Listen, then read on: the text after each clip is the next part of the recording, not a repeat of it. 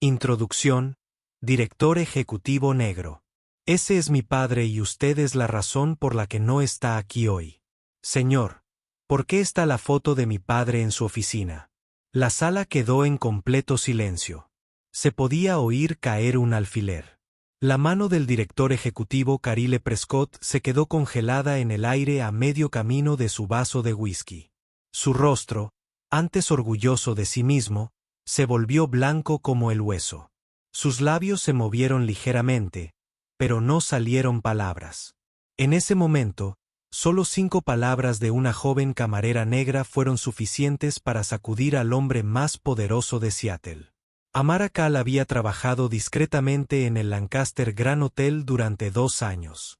Mantenía la cabeza gacha, su sonrisa radiante y su voz suave, sin importar lo groseros que fueran los huéspedes.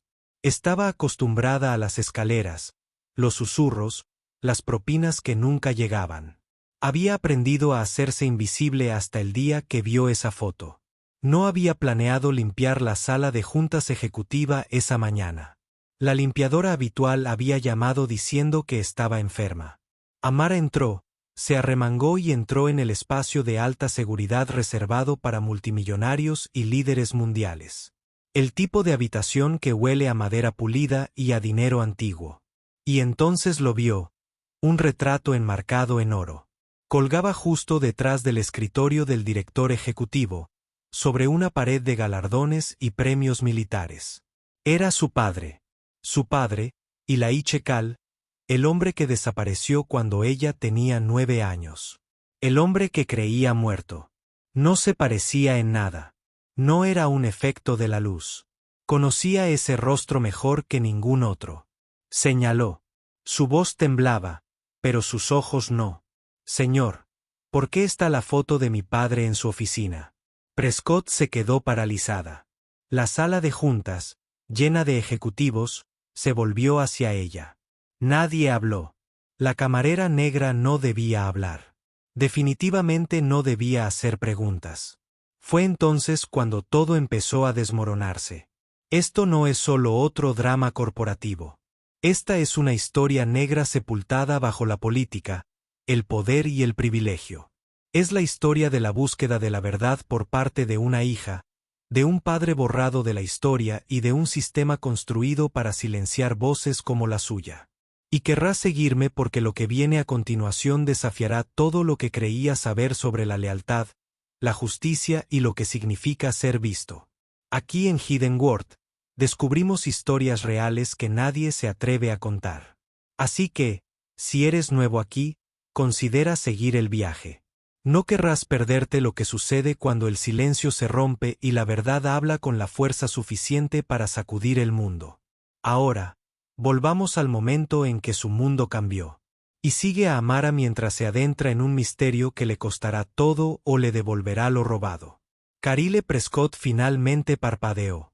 Dio un paso adelante, acortando la distancia entre él y la joven que se atrevió a interrogarlo frente a la mitad de su junta directiva. Amara seguía apuntando al retrato con el dedo. Le temblaba la mano, pero no la bajó. No cuando su corazón latía con tanta fuerza que ahogaba el silencio. Jovencita, dijo con voz tensa y mirada dura. Creo que has cometido un error. Amara no se movió. No es un error. Es mi padre. Prescott apretó la mandíbula. Su traje perfectamente planchado, su reloj de $20,000, su cuidada aura de control. Todo empezó a desmoronarse. Uno de los miembros de la junta se aclaró la garganta con nerviosismo. Otro susurró, ¿quién es ella? Demasiado bajo para que la mayoría lo oyera, pero Amara lo captó. Captó todo en esa habitación. Cada nerviosismo, cada evasión del contacto visual, cada regla tácita que decía que no debía estar allí. Pero estaba allí. Creo que deberías irte, dijo Prescott. No es una petición, es una orden. No me iré hasta que me digas por qué mi padre está en esa foto. Su voz era más firme, un poco más alta. Dio un paso hacia él.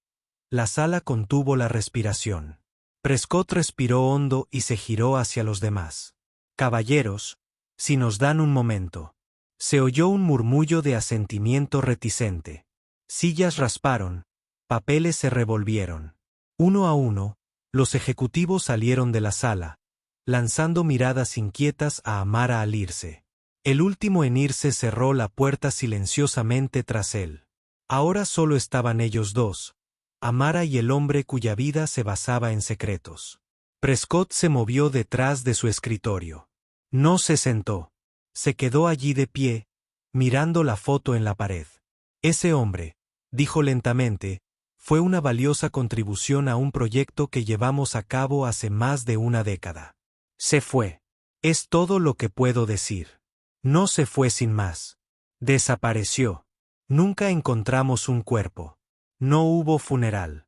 Mi madre todavía le sirve un plato en la cena todos los años. Y ahora entro en su oficina y lo veo inmortalizado como un héroe de guerra. Los dedos de Prescott se apretaron alrededor del borde del escritorio. No te debo una explicación. Sí que la tienes. Espetó. Le debes una explicación a mi familia. Me debes la verdad. Se giró hacia ella, con ojos fríos como el acero invernal. ¿Sabes siquiera con quién estás hablando? Amara se acercó. ¿Sabes? Hubo una larga y tensa pausa. La miró de verdad esta vez. No como una camarera, no como una empleada de segunda, sino como una joven negra que... La presencia podría destrozar su imperio. No entiendes en qué te estás metiendo, dijo finalmente. Entonces explícalo, dijo ella. No lo hizo. En cambio, se acercó al armario junto a su escritorio, abrió un cajón y sacó una elegante carpeta con una pegatina roja en la parte delantera. La etiqueta decía expediente personal, Cali Laiche. La sostuvo en la mano un momento. Luego, sin abrirla, la guardó en el cajón y la cerró con llave. Es información clasificada, dijo. Amara miró fijamente el cajón. Era un científico, ¿verdad? Un contratista militar. Lo usaste para algo. Entonces, ¿qué lo excluyó? Prescott no respondió. Dio otro paso. Quiero la verdad. Alzó la voz. Esta conversación ha terminado. No, no es así. Apenas está empezando.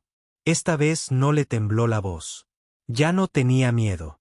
La ira había reemplazado al miedo. Y bajo la ira, una lenta determinación. Averiguaré qué pasó, dijo ella. Con o sin tu ayuda. Prescott la miró con el rostro impenetrable. Entonces sonrió, pero no fue amable. Era la sonrisa de un hombre acostumbrado a ser intocable. Descubrirás que las puertas no se abren tan fácilmente para chicas como tú. Comienza la confrontación. Historia negra, dijo. Ella retrocedió, con las manos apretadas a los costados. Tal vez, pero a veces solo se necesita una chica dispuesta a llamar con la suficiente fuerza. Dicho esto, se dio la vuelta y salió. Cuando la puerta se cerró tras ella, Carile Prescott finalmente exhaló. Y en lo profundo de su pecho, por primera vez en años, sintió algo que no le gustó. Miedo. El autobús de regreso a casa fue silencioso, salvo por el leve zumbido de los neumáticos contra el asfalto. Amara estaba sentada junto a la ventana, con la mirada fija en nada en particular. Su reflejo le devolvió la mirada, cansada, aturdida, pero concentrada.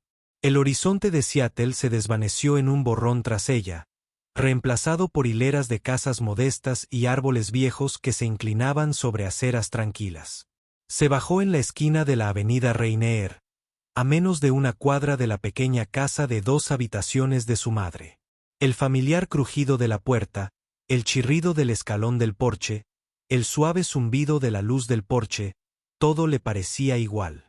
Pero ella no. Dentro, la sala olía a lavanda y cera para muebles. Una desgastada Biblia familiar reposaba sobre la mesa de centro. Fotos de Amara de niña adornaban el pasillo. Una foto le llamó la atención. Su padre la sostenía sobre sus hombros, ambos riendo bajo un cielo de verano. Se detuvo, tocó el borde del marco e inspiró profundamente. Amara, la voz de su madre la llamó desde la cocina. Siguió el aroma a pan de maíz y berza y encontró a su madre de pie junto a la estufa, con el delantal puesto, removiendo una olla. Marian Cal era una mujer de gracia y determinación, con una voz suave pero firme, y una mirada siempre un paso por delante de la de los demás. «Hola, mamá». Marian se giró, notó la expresión de su hija y dejó la cuchara. «¿Qué pasó?». Amara se sentó a la mesita de la cocina, agarrando el borde como si fuera a volar. «Lo vi hoy», dijo. Marion frunció el ceño. «¿Quién?». «Papá». La palabra quedó suspendida en el aire como humo. Marian se sentó lentamente frente a ella. «¿Cómo que lo viste en una foto en el trabajo, en la oficina del director ejecutivo?» «Era él». «Mamá, te juro por Dios que era él». Los ojos de Marian se oscurecieron, su postura se endureció. No habló. «¿Por qué no me dijiste que trabajaba con el gobierno?», preguntó Amara. «¿O que estaba involucrado en algún proyecto?». El director ejecutivo Prescott lo conocía. Tenía un expediente personal restringido, pero no decía nada. Marian bajó la mirada hacia sus manos. «Intenté protegerte». «¿De qué?». «De la verdad», dijo. «De lo que te haría». Amara negó con la cabeza. «Ya no soy una niña pequeña, mamá». Marian se levantó y caminó hacia la despensa. Sacó una lata de metal, de esas que solían contener galletas o materiales de costura. Pero dentro había una pequeña pila de documentos viejos, cartas dobladas y una fotografía. La misma fotografía que Amara había visto en la oficina del director ejecutivo, pero más antigua, arrugada y manchada en las esquinas. «Me dio esto una semana antes de desaparecer», dijo Marian, entregándoselo. «Me dijo que manténlo oculto. Me dijo que si alguna vez pasaba algo, sabría lo que significaba». Amara le dio la vuelta a la foto. En el reverso, con una letra pulcra, estaba escrito: «Si preguntan, di que no me conoces». Se le hizo un nudo en la garganta. «Mamá, ¿en qué estaba involucrado?». Marion volvió a sentarse, con los ojos llorosos, pero claros. Estaba trabajando en algo que le asustaba, algo que, según él, iba a herir a gente real. Me dijo que había experimentos, contratos, cosas que se hacían en nombre de la defensa, pero no para nuestra protección, para controlar, para tener poder. «¿Por qué no fuiste a la policía?». «Yo fui. Dijeron que se había vuelto loco, que se había fugado con archivos clasificados. Lo trataron como a un traidor». Amara volvió a mirar la foto. El rostro de su padre le devolvió la mirada, tranquilo, brillante, lleno de esperanza. «Tengo que averiguar qué pasó», dijo. Marion se acercó y puso una mano sobre sus hijas. «Si vas a excavar, no te gustará lo que encuentres. Necesito saberlo. Necesito saberlo». La habitación quedó en silencio de nuevo. Afuera. «Eso es lo que parece». Lo presentaron como pruebas defensivas de resiliencia biológica, sea lo que sea que eso signifique. Pero básicamente, estaban exponiendo a los sujetos a compuestos experimentales, hormonas del estrés, patógenos sintéticos, algo sobre control conductual neuroactivo. ¿Control mental? No exactamente. Más bien alterando las respuestas cognitivas al trauma, haciendo a las personas más obedientes, menos propensas a resistirse a la autoridad. Amara miró la pantalla intentando asimilar las palabras y mi padre intentó detenerlo. «Parece que sí. Su nombre aparece en todos los memorandos internos que denuncian violaciones éticas y se oponen a la falta de supervisión». Hayen abrió otro archivo. Era un intercambio de correos electrónicos entre Ilaiche y un enlace del gobierno. «Si este programa continúa bajo el protocolo actual, serás responsable de daños irreversibles, no solo a los sujetos, sino al alma de este país». Eale. A Amara se le llenaron los ojos de lágrimas. Ella solo había conocido a su padre como un hombre amable, una mente curiosa, siempre construyendo aparatos en su garaje, siempre tarareando jazz mientras preparaba el desayuno. Pero esto le mostró una faceta de él que desconocía. Había intentado ser un denunciante. Se había enfrentado a personas con verdadero poder. Y entonces desapareció. Aquí es donde la cosa se pone más oscura, dijo Hayen, abriendo el último documento. Era un informe de un oficial militar de alto rango. La mayor parte estaba tachada, pero algunas líneas eran visibles. El sujeto Cal se desconectó. El problema de seguridad fue contenido. No se recomienda ninguna otra acción. Los recursos visuales están asegurados. La narrativa secundaria está aprobada para los canales de comunicación. El grupo Lancaster conservará el control de los recursos hasta la reevaluación. Amara se quedó mirando esas líneas un buen rato. Desconectado, repitió lentamente. Lo mataron. Hayen no dijo nada. No hacía falta. Se puso de pie, cruzó la habitación y miró por la ventana. La lluvia caía sobre el cristal como lágrimas silenciosas. Su reflejo la miró. Más vieja, más furiosa, más decidida de lo que jamás imaginó. Lo enterraron, dijo. No solo físicamente. Lo borraron, reescribieron la historia. Hylen se unió a ella en la ventana. Este archivo no es solo sobre tu padre. Es sobre un programa que nunca se suponía que vería la luz del día. Sí. Un año después. Chica negra. Haces público esto. Vendrán a por mí. Terminó. Él asintió. Tú, yo, cualquiera. Que te ayude. No puedo irme ahora. La miró fijamente. Entonces tenemos que ser inteligentes. Volvió a los monitores, con la mandíbula apretada. Lo quiero todo. Cada prueba, cada nombre, cada mentira. Quiero quemar cualquier fortaleza tras la que se esconda Prescott. Hayen sonrió levemente. Esa es la Amara que recuerdo. Empezaron a descargar copias de los archivos en una unidad cifrada. Hayen añadió otra capa de protección, enrutando las copias de seguridad a través de servidores extranjeros por si acaso. A medida que la barra de progreso avanzaba, la mirada de Amara volvió al nombre que encabezaba cada informe: Proyecto Orquídea. No sabía qué significaba. Todavía no. Pero lo iba a descubrir. Y cuando lo supiera, el mundo por fin sabría la verdad sobre Ilaiche Cal. Amara estaba fuera del Lancaster Grand Hotel por primera vez desde que la despidieron. Era casi medianoche. La lluvia golpeaba suavemente contra su capucha mientras miraba hacia el último piso, donde la oficina de Prescott aún brillaba con la luz nocturna. Está ahí arriba, susurró, sentada detrás de ese escritorio, probablemente pensando, se acabó todo esto. Hayen miró su reloj. Las rotaciones de seguridad cambian en 9 minutos. Después, tenemos exactamente 14 minutos antes de que vuelvan a girar. Amara asintió. Hayen le entregó un pequeño auricular. Te guiaré desde la furgoneta. Solo sigue la ruta que ensayamos. ¿Seguro que la recuerdas? Cada paso. Caminaron rápidamente hacia el callejón detrás del edificio. Hayen abrió el lateral de una furgoneta negra, revelando una pared de monitores y cables. La pantalla mostraba imágenes de cámaras, sensores de movimiento y señales de calor. ¿Lista?, preguntó. Amara no respondió. Simplemente se ajustó los guantes y se perdió de vista hacia la escalera de mantenimiento. Conducía a la vieja puerta de servicio en el lado este del sótano. Medio olvidada, poco usada y mal vigilada. La voz de Hylen llegó a través de su auricular. Puedes entrar. Abriendo el panel de servicio.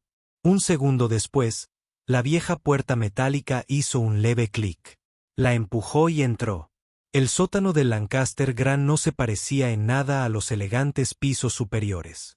Allí abajo, el mármol dio paso al hormigón. La suave música fue reemplazada por el zumbido de los generadores. Las tuberías cubrían las paredes. El agua goteaba de algún lugar que no podía ver. Sus pasos resonaron. Hayen la guió más allá del primer pasillo. Ve a la izquierda. Habitación 12B. Ahí es donde guardan viejos registros en papel, planos, contratos, registros de huéspedes. Pero lo más importante, ahí es donde esconden lo que no quieren en la nube. Amara empujó la puerta y se adentró en la oscuridad. Su linterna se encendió. El polvo flotaba a través del haz de luz mientras lo barría sobre viejos estantes apilados. Trabajaba en ciberseguridad. Pulsó el botón de llamada. 3 timbres, y luego su voz, cálida y sorprendida. Amara. Sí. Oye, disculpa el tiempo. Se rió suavemente. Me llamas de repente. ¿Qué pasa? Ella dudó. ¿Sigues trabajando para esa empresa de seguridad privada? De hecho, sigues dirigiéndola. ¿Por qué? Exhaló. Necesito un favor. Uno grande. En menos de una hora, se encontraron en un café de la esquina en Belltown, lejos del brillo de las torres del centro y los hoteles de lujo. Hayen entró con vaqueros y una chaqueta North Face, el pelo corto y la bolsa del portátil colgada casualmente del hombro. Sonrió al verla, pero la sonrisa se desvaneció en cuanto vio su rostro. Parece que has pasado por una tormenta. Amara soltó una risa cansada. Han sido un par de días muy largos. Pidieron café y una vez instalados en una mesa del fondo, lejos de oídos curiosos, ella le contó todo. La foto, el enfrentamiento, el despido, la campaña de desprestigio en línea. La confesión de su madre, cada detalle. Hayen no la interrumpió. Simplemente escuchó. Su expresión se ensombreció a medida que se desarrollaba la historia. Cuando ella terminó, se recostó y se frotó la mandíbula. Carile Prescott. ¿Eh? ¿Lo conoces? Solo por su reputación, dijo Hayen. Contratos de defensa, investigación biotecnológica, acuerdos secretos en la junta directiva, dinero de mucho tiempo, una imagen muy limpia. Demasiado limpia, si quieres saber mi opinión. Necesito saber qué esconde, dijo Amara. Si mi padre trabajó para él o con él, necesito la verdad. Hayen abrió su portátil y se puso a trabajar. Sus dedos bailaron sobre el teclado con silenciosa velocidad. Puedo empezar por consultar información pública. Luego accederé a algunas bases de datos a las que tengo acceso secreto. Pero si este tipo realmente tiene vínculos militares o historial clasificado, podríamos encontrarnos con algún cortafuegos. No me importa. Revísalos. La miró con las cejas arqueadas. ¿Hablas en serio? No tengo nada que perder. Se quedaron en silencio mientras la pantalla se llenaba de resultados de búsqueda. Hayen revisó artículos, archivos de la SEC, contactos de LinkedIn, donaciones de campaña. Entonces encontró algo que lo hizo detenerse. Hace 10 años, Carile Prescott formó parte del consejo asesor de una contratista militar llamada Aegis Dynamics. Dirigían proyectos de biodensidad para el Departamento de Defensa. ¿Biodensidad?, repitió Amara. Como virus, vacunas, como pruebas en humanos, dijo en voz baja. Tragó saliva con dificultad. ¿Se menciona a mi padre? Un momento. Hayen sacó registros archivados de una vieja base de datos de adquisiciones. Estaba desordenado, redactado en partes, pero un nombre era legible. Redención y Reforma, camarera negra. Cal, Ilaiche, consultor civil, nivel de autorización, alto secreto. Giró la pantalla para que ella pudiera verlo. Es él, susurró. Es mi papá. Hayen la miró con preocupación grabada en el rostro. Si tenía una autorización como esta y luego desaparecía, significaba una de dos cosas. O huyó de algo o lo hicieron desaparecer. Se quedaron allí sentados un instante. El suave murmullo del café a su alrededor, el olor a expreso, el clic de las teclas, todo se desvaneció en un ruido de fondo. Amara se inclinó. Puedes acceder a los archivos internos de Aegis Dynamics. Hayen dudó. Amara, eso es territorio de contratistas federales. Hablamos de vigilancia, rastreos, huellas digitales. No necesito todos sus secretos, dijo. Solo cualquier cosa relacionada con Ilaiche Cal. Cualquier cosa sobre lo que estaba haciendo. La miró fijamente un largo segundo y luego asintió. Lo intentaré. Ella extendió la mano por encima de la mesa y le agarró la suya. Gracias.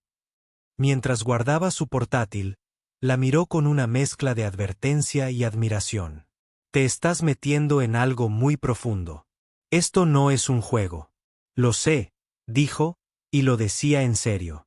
Acababa de pasarse de la raya. Ya no había vuelta atrás. Los 3 días siguientes fueron un torbellino de habitaciones oscuras, bebidas energéticas y archivos cifrados. Amara apenas salía del apartamento de Hayen, un loft industrial lleno de viejos aparatos tecnológicos, múltiples monitores y cortinas opacas. Dormía a ratos de 2 horas en el sofá mientras Hayen trabajaba.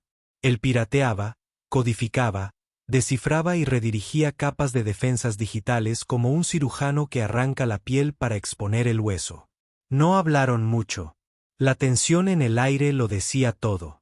La tercera noche, cerca de las 2 de la madrugada, Hayen por fin se apartó de la pantalla. Entiendo algo.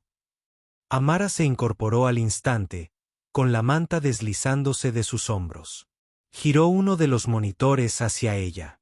Estaba enterrado a 6 directorios de profundidad en un archivo reflejado de un servidor obsoleto del Departamento de Defensa. Tardó una eternidad en eludir la seguridad. La carpeta estaba etiquetada como Proyecto Orquídea, evaluación de la fase beta. Debajo, solo autorización de confidencialidad de nivel 5. Abrió el primer archivo, un documento escaneado con fecha de casi 15 años. Estaba escrito en un lenguaje frío y clínico, pero una frase le llamó la atención. El consultor civil Ilaiche Cal presentó una objeción formal a la experimentación con sujetos humanos sin el consentimiento informado en los ensayos de fase 2. Se le heló la sangre. ¿Estaban haciendo pruebas con personas?, preguntó, con la voz apenas por encima de un susurro. Hayen asintió. Eso es lo que parece. Lo presentaron como pruebas defensivas de resiliencia biológica, sea lo que sea que eso signifique. Pero básicamente, estaban exponiendo a los sujetos a compuestos experimentales, hormonas del estrés, patógenos sintéticos, algo sobre control conductual neuroactivo. ¿Control mental? No exactamente. Más bien alterando las respuestas cognitivas al trauma, haciendo a las personas más obedientes, menos propensas a resistirse a la autoridad. Amara miró la pantalla intentando asimilar las palabras y mi padre intentó detenerlo. Parece que sí.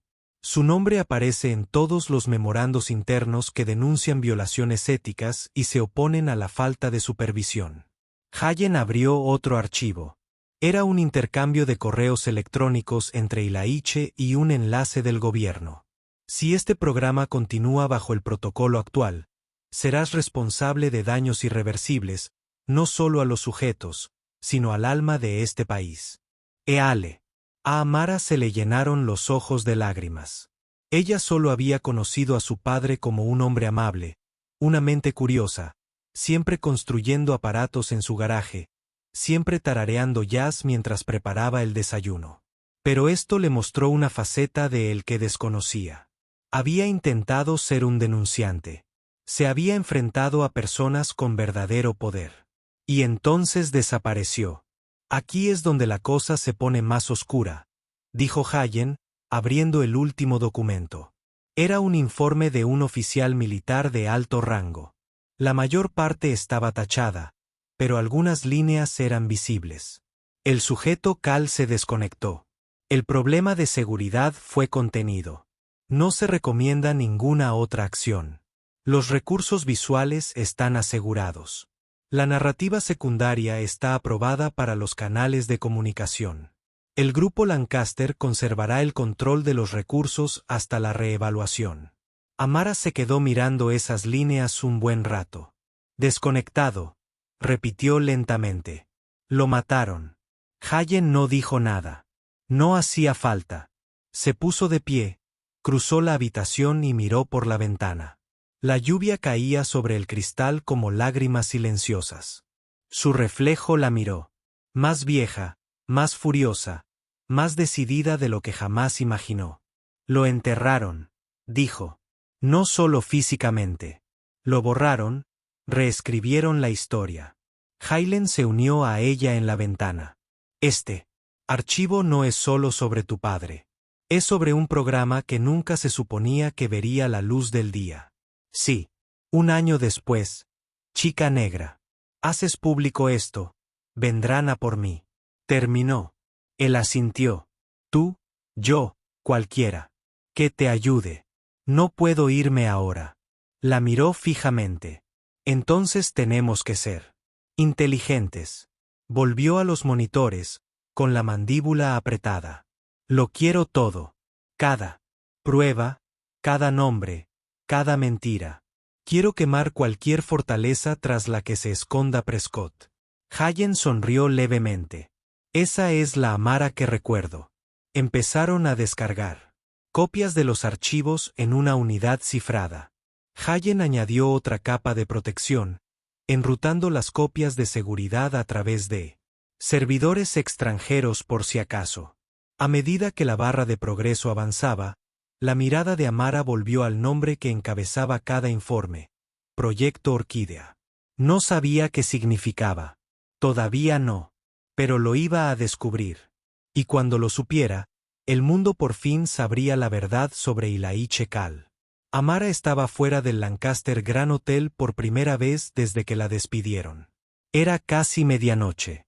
La lluvia golpeaba suavemente contra su capucha mientras miraba hacia el último piso, donde la oficina de Prescott aún brillaba con la luz nocturna. Está ahí arriba, susurró, sentada detrás de ese escritorio, probablemente pensando, se acabó todo esto. Hylen miró su reloj. Las rotaciones de seguridad cambian en 9 minutos. Después, tenemos exactamente 14 minutos antes de que vuelvan a girar. Amara asintió. Hylen le entregó un pequeño auricular. Te guiaré desde la furgoneta. Solo sigue la ruta que ensayamos. ¿Seguro que la recuerdas? Cada paso. Caminaron rápidamente hacia el callejón detrás del edificio. Hylen abrió el lateral de una furgoneta negra, revelando una pared de monitores y cables. La pantalla mostraba imágenes de cámaras, sensores de movimiento y señales de calor. ¿Lista?, preguntó. Amara no respondió. Simplemente se ajustó los guantes y se perdió de vista hacia la escalera de mantenimiento. Conducía a la vieja puerta de servicio en el lado este del sótano. Medio olvidada, poco usada y mal vigilada. La voz de Hylen llegó a través de su auricular. Puedes entrar. Abriendo el panel de servicio. Un segundo después, la vieja puerta metálica hizo un leve clic. La empujó y entró. El sótano del Lancaster Grand no se parecía en nada a los elegantes pisos superiores. Allí abajo, el mármol dio paso al hormigón. La suave música fue reemplazada por el zumbido de los generadores. Las tuberías cubrían las paredes. El agua goteaba de algún lugar que no podía ver. Sus pasos resonaron. Hylen la guió más allá del primer pasillo. Ve a la izquierda. Habitación 12B. Ahí es donde guardan viejos registros en papel, planos, contratos, registros de huéspedes. Pero lo más importante, ahí es donde esconden lo que no quieren en la nube. Amara empujó la puerta y se adentró en la oscuridad. Su linterna se encendió. El polvo flotaba a través del haz de luz mientras lo barría sobre viejos estantes apilados. Con cajas desgastadas. Tercera fila, segundo estante desde abajo, instruyó Hylen. Se agachó, con el corazón latiéndole con fuerza, y sacó una caja desgastada. A un lado, archivos privados, solo para uso interno. Dentro, filas de carpetas, etiquetas escritas a mano. La mayoría eran aburridas listas de proveedores, cadenas de suministro, pero una carpeta destacaba. Era más nueva y no tenía ninguna etiqueta. La abrió. Dentro había fotos. Docenas de ellas. Algunas eran imágenes fijas de vigilancia, personas entrando en edificios sin identificar, camionetas negras estacionadas en complejos militares. Pero otras eran peores. Sujetos de prueba. Hombres y mujeres atados a camillas, rostros cubiertos de electrodos, gráficos que medían la frecuencia cardíaca, los niveles hormonales, la actividad cerebral y un rostro familiar, y la Cal. A Amara se le cortó la respiración. Se veía diferente, más delgado, cansado, con la barba más canosa, pero era él con una bata de laboratorio, de pie junto a un sujeto, y en otra foto, discutiendo con alguien de traje. El hombre al que le gritaba, Carle Prescott, susurró ella en su micrófono. Hailen, lo encontré. Encontré a mi papá. Hay fotos, archivos. Él formó parte de esto. De todo. Coge todo lo que puedas. Rápido. Ya casi llegamos al final de nuestra ventana. Empezó a guardar el contenido en su mochila cuando lo oyó. Un arroyo. No era suyo. Pasos. Se quedó paralizada. La voz de Hayen llegó baja y urgente. 2 guardias acababan de entrar en el pasillo oeste. Tienes que moverte ya. Cerró la cremallera de la mochila y se agachó detrás de un estante. Los pasos se hicieron más fuertes, luego se detuvieron, y luego se acercaron de nuevo. El haz de luz de una linterna recorrió la habitación. ¿Hay alguien aquí?, ladró una voz. Amara no respiraba. Su espalda se apoyaba en el frío estante. Su mente gritaba de miedo. Sigue moviéndote. Otro guardia dijo, probablemente solo sean las tuberías viejas otra vez. La luz se movió, se desvaneció. Los pasos se alejaron. Ahora, dijo Hayen, regresa por donde viniste. Amara se movió. Rápido y en silencio. Zigzagueó por el pasillo, volviendo sobre sus pasos hasta la puerta de servicio. Justo cuando llegó, el auricular vibró. Espera. Se detuvo.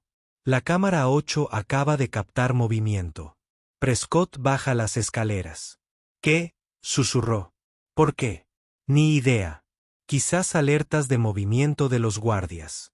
Tienes 30 segundos para irte. Salió sigilosamente por la puerta y corrió por el callejón. Con el corazón en la garganta. La puerta de la furgoneta se abrió justo cuando dobló la esquina. Subió de un salto y Hailen la cerró de golpe tras ella. Se alejaron a toda velocidad en la noche. Dentro de la furgoneta, dejó caer el contenido de la bolsa sobre la mesa. Hailen contempló las fotos, los archivos, las pruebas. Esto, suspiró. Esto lo cambia todo. Amara se recostó, respirando con dificultad. Acababa de entrar en uno de los hoteles más seguros del estado y robar pruebas de un encubrimiento del gobierno. Pero lo más importante, volvía a tener el rostro de su padre. Y esta vez, no se lo iban a llevar. Amara estaba sentada con las piernas cruzadas en el suelo del apartamento de Hayen. Una montaña de documentos se extendía a su alrededor como la escena de un crimen. Las fotos, los informes, los nombres. El rostro de su padre la observaba desde al menos 4 archivos separados, congelado en diferentes expresiones, sonriente, serio, asustado. Apenas podía mirar el último. Era un certificado de defunción emitido por una agencia gubernamental que no reconoció. Firmado por un hombre cuyo nombre estaba tachado. Causa de la muerte: lesiones internas traumáticas sufridas durante una extracción no autorizada. ¿Qué significa eso?, preguntó en voz baja, sosteniendo el formulario. Hayen se sentó frente a ella, escaneando una computadora portátil. Significa que tu padre no murió en un laboratorio. Murió intentando escapar de uno. Amara guardó silencio durante un buen rato. Le temblaba ligeramente la mano al dejar el certificado. Intentaba escapar, denunciar, susurró. Y lo detuvieron. No solo lo detuvieron, añadió Hayen, girando la pantalla, tapándola, reescribiéndola y cambiando sus registros. Mira esto. Un memorando interno de Aegis Dynamics al Consejo Legal de Lancaster. Dice que la narrativa de Cal ha sido neutralizada. Todas las redirecciones de registros públicos. Iniciadas. Neutralizado. Amara repitió como si él fuera solo un obstáculo. Su voz se quebró, pero siguió. Había otro documento. Lo recogió. Lentamente. Era una transcripción clasificada, la grabación de una conversación entre Ilaiche Cal y un investigador del Congreso, fechada 3 semanas antes de su desaparición. Había intentado acceder al sistema para informar lo que sabía. En la transcripción, hablaba de experimentos forzados con civiles, personas sacadas de prisiones, albergues, campos de refugiados. Dijo que el proyecto Orquídea se había presentado como una iniciativa de defensa nacional, pero su verdadero propósito era probar drogas para el cumplimiento de las normas, vigilancia biométrica y manipulación neuronal. Estaban formando soldados que no cuestionarían órdenes, explicó Hayen. Y probándolas con personas que no podían decir que no. Y papá intentó detenerlo, dijo Amara. Hayen asintió y por eso se aseguraron de que nadie volviera a oír su nombre. Volvió a mirar las fotos. Una de ellas mostraba los ojos de Ilaiche. Abiertos. Alcanzar algo. En Yi o alguien fuera del marco. Su rostro estaba tenso, la mandíbula apretada. La marca de tiempo indicaba que fue tomada apenas horas antes de que se presentara el certificado de defunción. Esa fue la última imagen de su padre que el mundo había visto hasta ahora. Los pensamientos de Amara se enroscaron mientras la imaginaba. Su padre solo en una instalación subterránea, luchando por escapar, sabiendo que tal vez no lo lograría, y aún así intentándolo, aún con la esperanza de que tal vez su hija creciera en un mundo donde la verdad importara. Se secó una lágrima. Borraron a un hombre que intentó proteger a la gente. Borraron un crimen de guerra, dijo Hayen sin rodeos. Y mantuvieron el sistema vivo. Amara se puso de pie, paseándose. No puedo permitir que esto siga oculto. Y no solo murió. Fue asesinado y se lucraron con ello. Ahora tenemos las pruebas, dijo Hayen. Todas. Podrías hacerlas públicas. ¿Pero quién me creería?, preguntó. Una escamarera con una caja de papeles viejos y archivos robados. Tienes el nombre de tu padre. Tienes la verdad. Y tal vez. Hizo una pausa y se inclinó hacia adelante. Quizás sea suficiente. Ella miró fijamente la pared, con la mente acelerada. Cada detalle de la historia cobraba sentido. La reacción de Prescott cuando señaló la foto, el despido inmediato, la campaña de desprestigio en línea, no se trataba de una violación del protocolo. Se trataba de enterrar a Ilaiche Cal otra vez. Y esta vez, no iba a dejarlos. Se giró hacia Hayen. Quiero hacerlo. Quiero hacerlo público. La observó a la cara. No es una decisión fácil. Lo arriesgarás todo. Ella asintió. Él también. Hayen dudó, y luego esbozó una leve sonrisa. Entonces, contémoselo al mundo.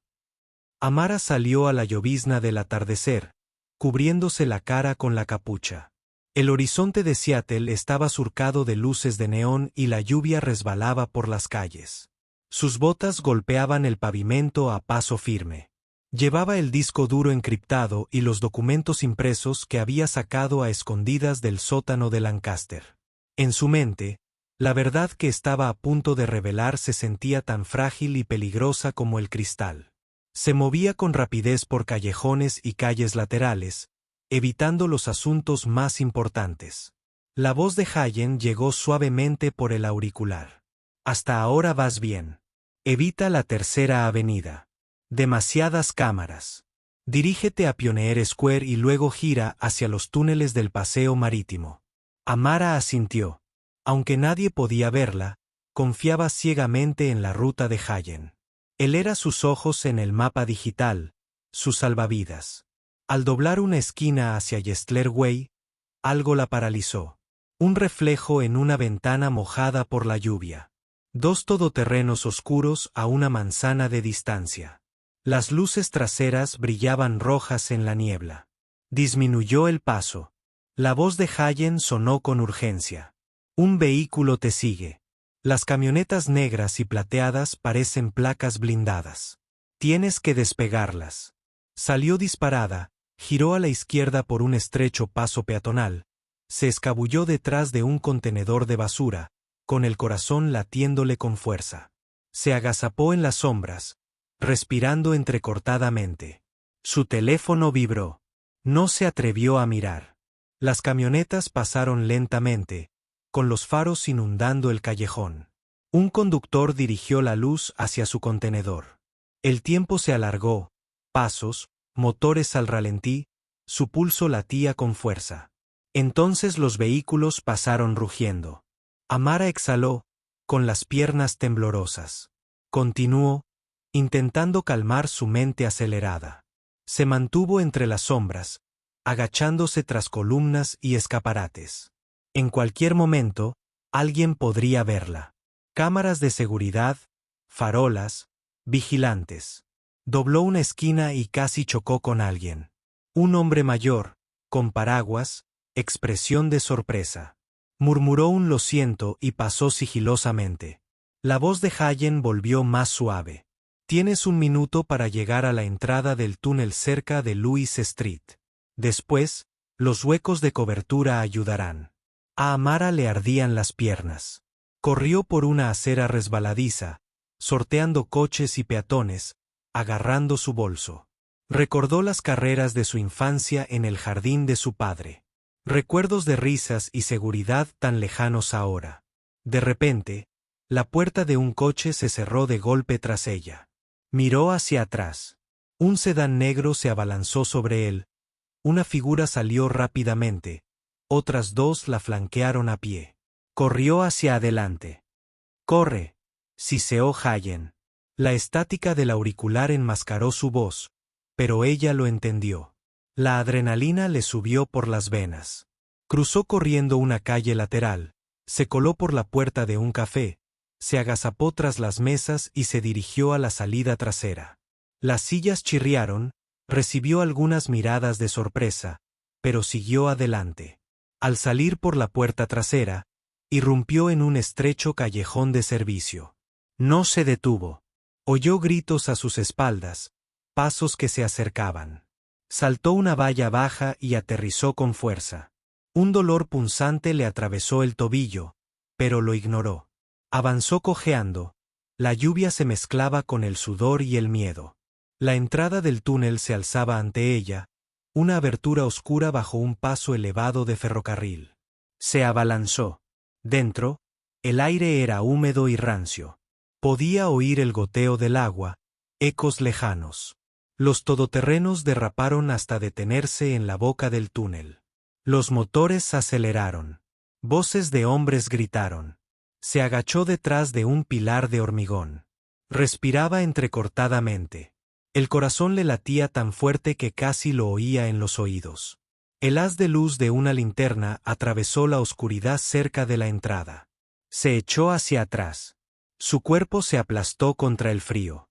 Hormigón. La fría humedad se filtraba en su ropa. No la dejes pasar. Una voz ladró. Pasos resonaron. Cerca, luego pasaron. Contuvo la respiración, deseando que el haz no encontrara nada. Retrocedió. Lentamente, se adentró en el cavernoso túnel. El espacio más estrecho se tragó el sonido. El eco de los pasos se alejó. La voz de Hayen crepitó débilmente. Está libre. Gire a la derecha en 200 yardas. Andén de salida, luego diríjase al este. Nos vemos. Amara obedeció, agotada, pero decidida. Siguió adelante, cuidadosa, en silencio, con cada paso resonando con un eco hueco. Atravesó húmedos pasillos laterales, viejos grafitis, hormigón roto. Por fin, vio una tenue luz delante, una escalera de salida escalonada. Subió con el corazón latiéndole con fuerza. Empujó una puerta oxidada y emergió cerca de un muelle de carga desierto junto al muelle. Se detuvo, empapada, jadeando, observando el terreno baldío. Sin todoterrenos ni guardias. Se permitió un momento de alivio, pero no se detuvo. Se deslizó entre las sombras, fundiéndose con la noche, en dirección a la casa de seguridad de Hayen en Pioneer Square. A lo lejos, Las luces de la ciudad brillaban en el estrecho de Puget. Miró hacia atrás una vez, hacia la dirección por la que había huido. En algún lugar de ese laberinto de torres de cristal y callejones oscuros, todavía la perseguían, pero ella aún conservaba la evidencia. Aún conservaba la verdad. Y ahora sabían que no tenía miedo. La sala de conferencias era pequeña, con paredes desnudas, sillas plegables, un podio prestado, pero estaba abarrotada. Las cámaras se alineaban en la parte trasera, con las luces encendidas. Los periodistas tomaban notas, susurraban y ajustaban los micrófonos. El zumbido de la curiosidad se extendía entre la multitud como estática. Todos estaban allí por la misma razón. Escuchar la voz de la joven que había desaparecido, había sido despedida, difamada y perseguida. Amara Cal. Ella. Estaba de pie tras una cortina negra, con las manos agarrando mentalmente los laterales del podio, repasando la primera frase una y otra vez. Hayen permanecía a su lado, silencioso pero firme. Los documentos habían sido asegurados, las imágenes verificadas, la cronología corroborada. Los datos eran reales. La verdad de su padre, ahora la suya, era innegable. No tienes que hacer esto, dijo Hayen en voz baja. Yo sí, respondió Amara. Se lo debo a él. A todos los que enterraron. La organizadora asintió sutilmente. Era el momento. La cortina se descorrió. Los flashes se encendieron. Un silencio invadió la sala mientras Amara caminaba hacia el podio. No parecía una denunciante, ni una periodista, ni una científica. Llevaba vaqueros, un jersey de cuello alto negro y no tenía maquillaje. Pero sus ojos ardían con claridad. Ajustó el micrófono. Sin guión, sin teleprompter, solo su voz. Mi nombre es Amara Cal, empezó. Has oído partes de mi historia. Quizás hayas visto los titulares. Una camarera arma un escándalo. Un empleado obsesionado afirma haber perdido a su padre. O mi favorito, una chica negra irrumpe en la oficina de un multimillonario. Pero no estoy aquí para defenderme. Hizo una pausa. La sala se inclinó hacia mí. Estoy aquí para decirte la verdad. Clic, clic, clic. Las cámaras capturaron cada segundo. Mi padre, Ilaí Cal, era consultor del gobierno. Hace 15 años, trabajó para un proyecto clasificado llamado Orchid, bajo la supervisión de una contratista privada llamada Aegis Dynamics. Esa empresa tenía vínculos con Carile Prescott, el mismo hombre que ahora preside el grupo Lancaster. Ella levantó una fotografía de su padre con bata de laboratorio en plena reunión con Prescott. Le dijeron al mundo que estaba muerto, pero nunca dijeron cómo. Lo borraron después de que intentara impedir que experimentaran con sujetos humanos renuentes, refugiados, reclusos, ciudadanos sin hogar, personas que no podían defenderse. Mi padre intentó hablar. Por eso, fue perseguido y silenciado. Se oyeron jadeos. Los bolígrafos se rasgaron con furia. Algunos periodistas se quedaron paralizados. Amara se agachó y colocó una memoria USB en el podio. Esta memoria contiene documentos internos, memorandos clasificados, contratos militares y pruebas de que el proyecto Orquídea no solo existía. Sigue siendo financiado discretamente. Los experimentos continuaron. También el encubrimiento. Levantó la vista, cruzando miradas con todas las personas en la sala. Me llamaron inestable, desobediente, emocional. Todo porque hice una pregunta. Todo porque no me callaba. Su voz nunca se quebró. No hacía falta. Ser una mujer negra en un puesto de poder significa que la gente espera que sepas cuál es tu lugar para sonreír y servir. Pero hoy no sonrío. Y no estoy sirviendo. Una pausa. Estoy aquí para reclamar el legado de un hombre que murió protegiendo a otros. Y para demostrarle a cada persona que ha sido silenciada, olvidada o borrada que la verdad aún importa. La sala estalló no en aplausos, sino en una lluvia de preguntas. ¿Tiene confirmación de la participación militar? ¿Ha visto la Casa Blanca esto? ¿Está preparado para testificar? Amara levantó la mano. Todo está en marcha. Hemos entregado una copia completa a 3 periodistas independientes, un organismo de derechos humanos y un senador que está iniciando una investigación formal. Se giró hacia las cámaras. Y al grupo Lancaster, al señor Prescott y a cualquiera que piense que el poder significa inmunidad, se les acabó el tiempo. Luego dio un paso atrás. Sin micrófonos caídos, sin teatralidad, solo una silenciosa. Ignaiti mientras salía por la misma cortina por la que entró. Afuera, la gente ya llenaba las aceras. Manifestantes, reporteros, simpatizantes. Un grupo sostenía un cartel. Justicia para Ilaí Chekal. Se quedó quieta un momento, dejando que el viento le acariciara los rizos. Hayen se unió a ella, con los ojos muy abiertos. «Lo lograste». «Todavía no», dijo. Pero empezó. A partir de ese día, el mundo ya no pronunciaría el nombre de Ilaí Chekal en silencio. Carile Prescott estaba sentado solo en su oficina, en lo alto de la ciudad. La lluvia caía a chorros por las ventanas del suelo al techo, proyectando reflejos de luces de freno rojas y teletipos de noticias que se arrastraban por las pantallas a lo lejos. Pero no estaba mirando el tráfico. Se estaba viendo a sí mismo en la televisión. Todas las grandes cadenas habían entrado en su programación habitual. La imagen de Amara Cal en el podio se había vuelto viral. En cuestión de minutos, los hashtags explotaron en las redes sociales. Número Cal, la verdad. Número Proyecto Orquídea. Número Prescott al descubierto. Carile apretó la mandíbula al oír la voz de un presentador de noticias llenar la sala.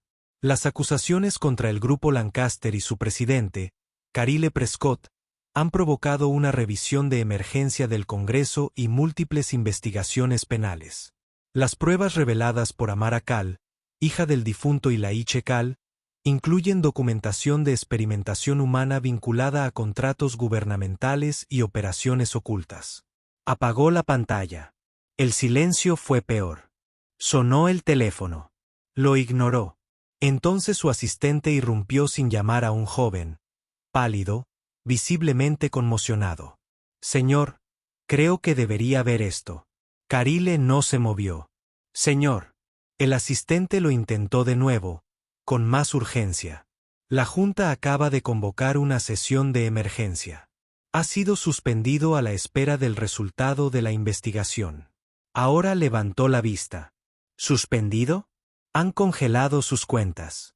Se habla de nombrar un director ejecutivo interino hasta que se decida qué salvar. Carile se puso de pie lentamente, como una máquina vieja que se apaga. «Me están abandonando. Están protegiendo a la empresa. No, se están protegiendo a sí mismos». Su voz era baja, pero cargada de veneno. Afuera, el frenesí mediático crecía. Los manifestantes se congregaron en la sede de Lancaster con pancartas. Exempleados se presentaron, algunos incumpliendo acuerdos de confidencialidad para corroborar la historia de Amara. Empezaron a formarse demandas colectivas.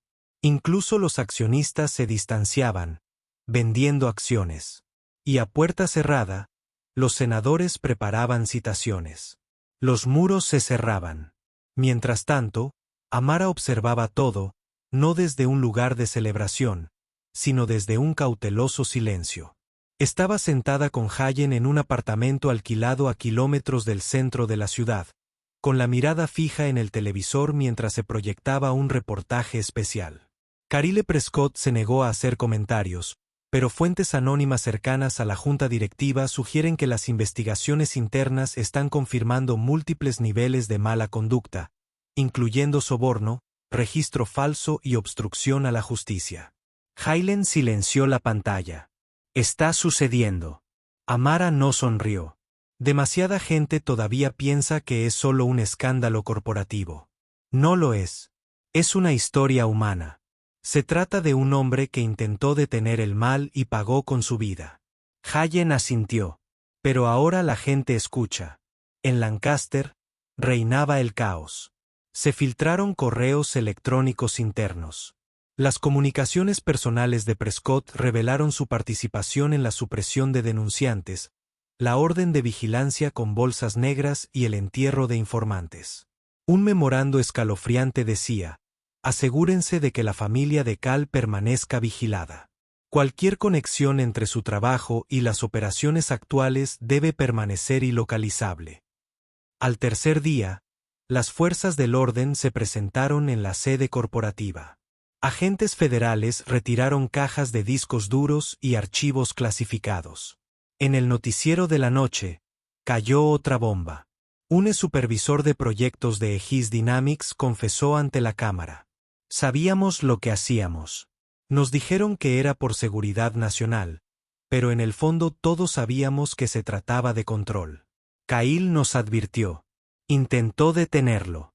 Dejamos que se lo llevaran. Ese testimonio rompió el dique. Las demandas de justicia aumentaron. El valor de mercado del grupo de Lancaster se desplomó.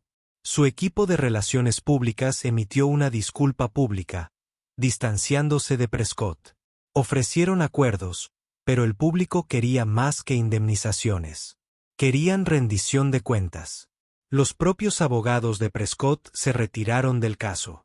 Solo, acorralado y públicamente avergonzado, el hombre que una vez formó parte de juntas directivas de poder ahora enfrentaba cargos criminales que podrían perseguirlo por el resto de su vida. Mientras tanto, Amara permanecía en silencio en la azotea de su edificio. La ciudad se extendía ante ella, viva, ruidosa, ajena a la tormenta que aún se agitaba en su interior. Hylen se unió a ella. 2 tazas de café en la mano. Ha terminado.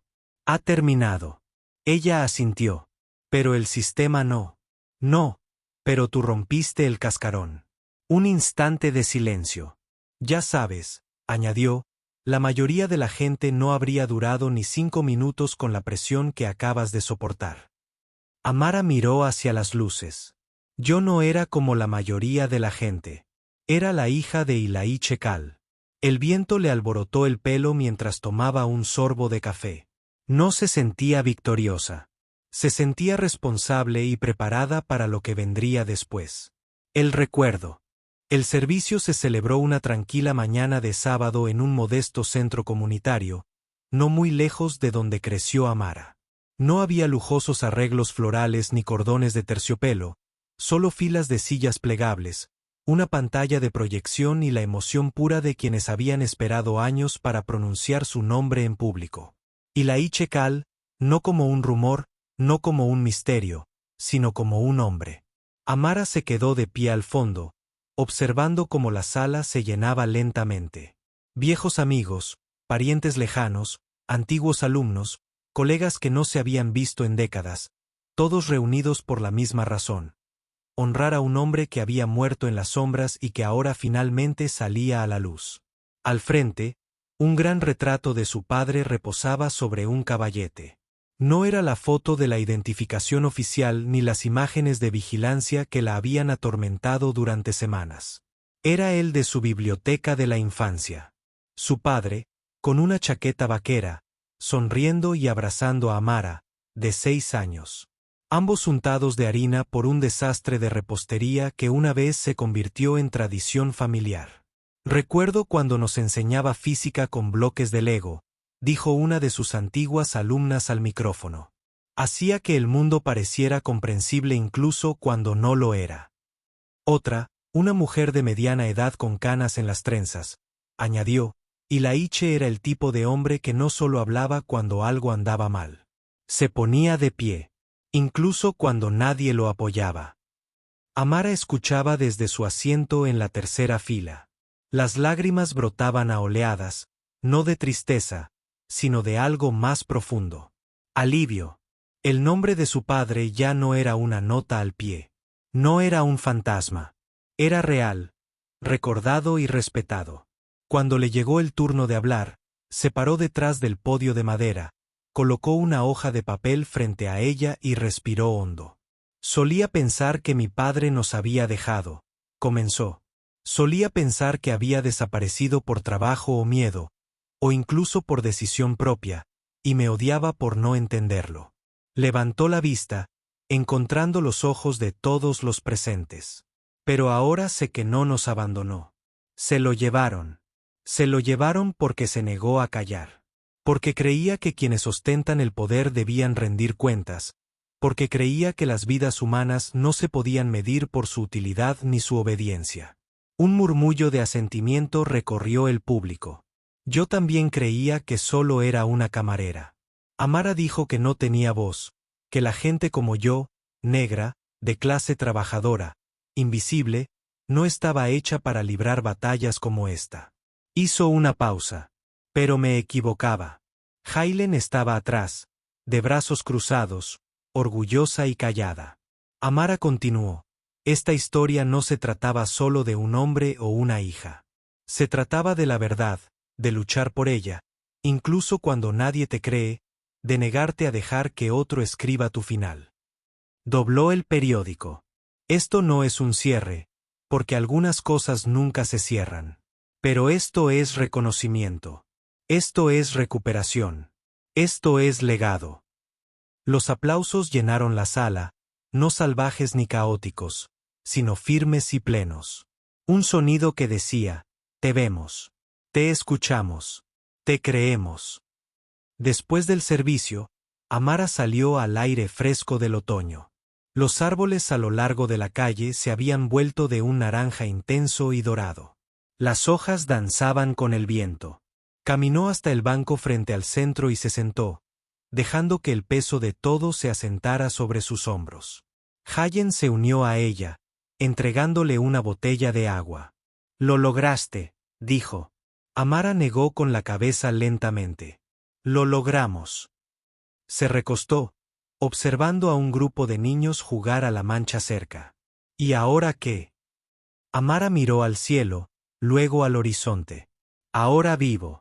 Ahora cuento su historia como se merece. Y tal vez ayude a otras personas a contar la suya. ¿Piensas lo que creo que piensas? Sonrió. Organización sin fines de lucro, justicia para los desatendidos, apoyo a los denunciantes, educación, acceso real a ayuda legal, especialmente para personas como yo, personas con quienes cuentan para que se mantengan callados. Hailen rió entre dientes. Amara Cal, activista. No, dijo. Amara Cal, la hija de mi padre. Se sentaron en silencio mientras el sol asomaba entre las nubes. En ese momento, no sintió amargura ni rabia, solo algo feroz y silencioso latiendo en su pecho. Paz. No porque la justicia lo hubiera arreglado todo, sino porque finalmente se había dicho la verdad y llevaba el nombre de su padre. 2 meses después de la conferencia de prensa que sacudió al país, Amara estaba sentada en una modesta oficina en el centro, con paredes vacías, escritorios donados y una ventana que no daba a nada glamoroso, ni al horizonte, ni al muelle, solo a un callejón agrietado con grafitis y una maleza persistente creciendo en el pavimento. Pero para ella, era hermoso porque este era el comienzo de algo real. El fondo del legado de la justicia. Lo que comenzó como una idea en un banco del parque después del homenaje a su padre, ahora estaba tomando forma. Una organización dedicada a apoyar a las familias negras afectadas por encubrimientos institucionales, encarcelamientos injustos y represalias por denunciantes, a los olvidados, a los silenciados, a los borrados. Amara no tenía experiencia dirigiendo una organización sin fines de lucro. No era abogada, ni política, ni siquiera oradora pública de profesión. Pero tenía lo que más importaba. Propósito, claridad y el nombre Cal, ahora conocido en todo el país por su resiliencia, verdad y sacrificio. La idea cobró vida más rápido de lo esperado. Hailen ayudó a diseñar el sitio web y a cifrar el portal de donaciones. Un diseñador local ofreció trabajo de branding gratuito. La historia de Amara se había vuelto tan viral que llovieron correos electrónicos de todo el país, de familias con historias similares. Personas que habían perdido a hermanos, cónyuges y padres por la crueldad institucional. Algunos enviaron documentos, otros enviaron oraciones y algunos enviaron cheques. Al principio, eran 10 pesos por aquí, 25 pesos por allá. Luego, llegó una sola donación anónima, 100,000 pesos. Hayen miró la notificación con incredulidad. O era un ángel tecnológico o alguien con la conciencia culpable. Dijo. Amara sonrió levemente. De cualquier manera, va al lugar correcto. En cuestión de semanas, el Justice Legacy Fund se convirtió en algo más que un simple sitio web. Contaba con equipos de divulgación, socios legales, consejeros de salud mental que ofrecían terapia gratuita a denunciantes y sus familias, investigadores voluntarios e incluso un pequeño programa de subvenciones para la investigación comunitaria. Pero Amara era cautelosa. Rechazó entrevistas de las principales cadenas de televisión. Se negó a dar charlas en entregas de premios o a aceptar placas ceremoniales. No buscaba la fama. Buscaba impacto. Se pasaba el día escuchando. Personas como Reggie Davis, un exanalista militar dado de baja deshonrosamente tras plantear inquietudes sobre detenciones de indocumentados. O Leticia Monroe, una trabajadora social en Mississippi que perdió su trabajo tras exponer la discriminación de su agencia contra las madres negras. O Malik Thompson, cuyo hermano había muerto en una prisión privatizada en circunstancias poco claras. Cada persona tenía un expediente. Cada expediente tenía una historia, y Amara se aseguraba de que cada una tuviera voz. En una sesión grabada con un grupo de donantes, dijo, este fondo no es caridad, es justicia. No se trata de sanar las heridas que causamos. Se trata de prevenir las que aún no hemos visto. Una mañana, llegó temprano y encontró una nota escrita a mano pegada a la puerta. Sin sobre, sin nombre. Decía, te vi hablar. Creí que tu padre era un traidor. Enseñé a mis hijos a creer eso también. Me equivoqué. Me hiciste cambiar de opinión. Le hiciste cambiar de opinión a mi hijo. Gracias por darle un nuevo héroe a quien seguir. Amara dobló la nota y la guardó en una pequeña caja de madera sobre su escritorio. La caja ahora contenía docenas de mensajes similares. Disculpas garabateadas, confesiones, agradecimientos, incluso mensajes de odio que le recordaban que la lucha no había terminado. Pero ya no le temía. El Fondo del Legado de la Justicia abrió su primera sucursal satélite en Atlanta, luego otra en Detroit. Había planes en marcha para Los Ángeles y luego para Nueva Orleans. Personas de todos los ámbitos se ofrecieron. Periodistas, policías retirados, familias de militares. Algunos tenían dinero, otros tenían influencia, otros simplemente sentían dolor y necesitaban un lugar donde expresarlo. Y cada vez que Amara entraba en esa oficina, por muy cansada que se sintiera, recordaba por qué empezó todo. Una sola foto, un momento de claridad y una voz que se negaba a callarse. El día que alcanzaron su primer $1,000,000 en donaciones, Hayen la encontró en el pasillo, mirando por la misma ventana rota del callejón. Estamos ayudando a la gente, dijo. Ella asintió. No lo trae de vuelta, pero tal vez evita que alguien más pierda a su padre. Hayen la miró un largo rato. ¿Alguna vez pensaste que llegarías tan lejos? Sonrió, no con orgullo, sino con algo más amable. Gratitud.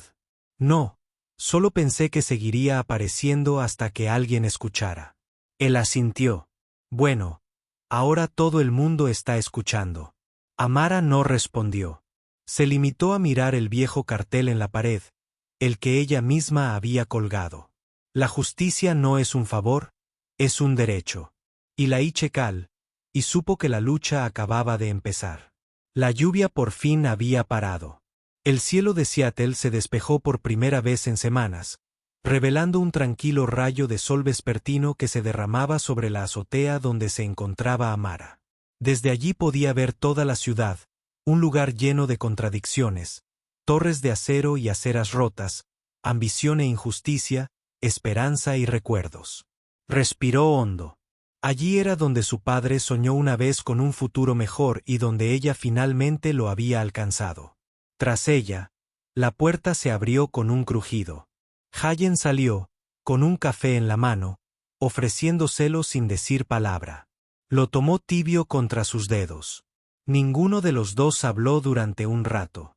Se quedaron allí, uno al lado del otro, observando cómo la ciudad recuperaba el aliento después de todo lo que había visto. Entonces, en voz baja, Amara dijo: «Sabes que todavía me conmueve».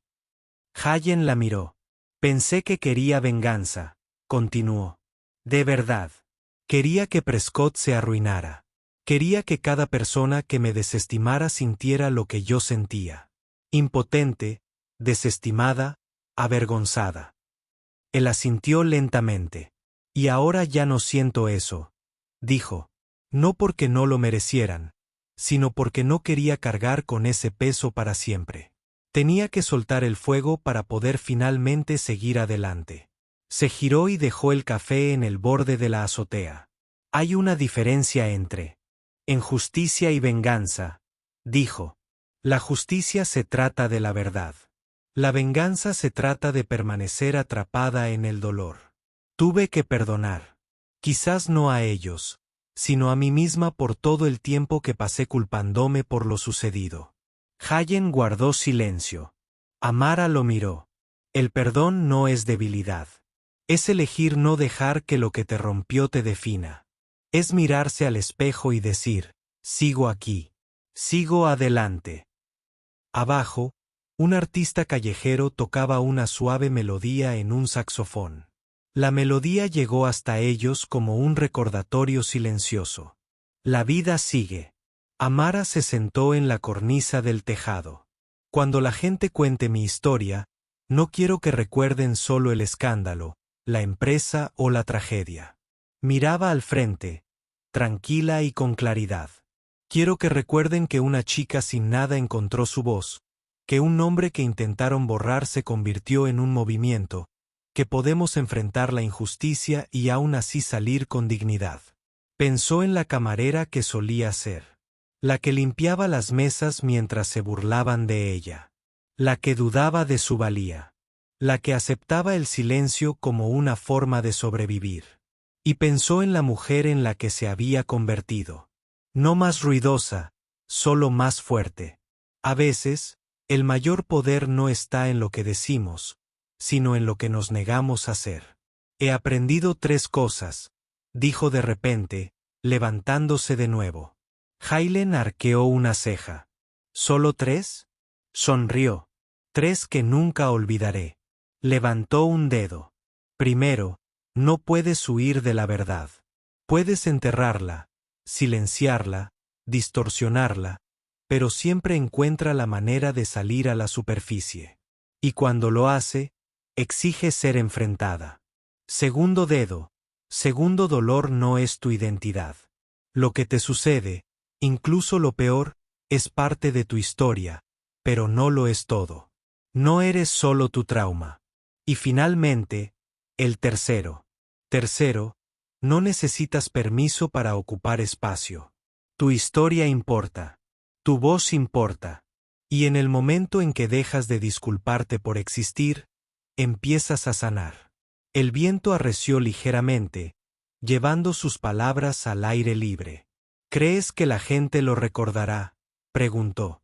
Hayen se encogió de hombros. «No todos, pero quienes lo necesiten. Lo harán». Asintió lentamente y luego se giró hacia la cámara. Esto no era parte de un discurso ni de una transmisión en vivo.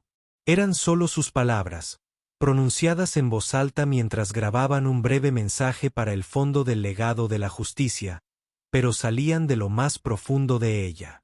«Si estás viendo esto», dijo, «y alguna vez te han silenciado, desestimado, burlado o borrado, ten esto en cuenta. No estás solo. Te veo. He sido tú y te creo».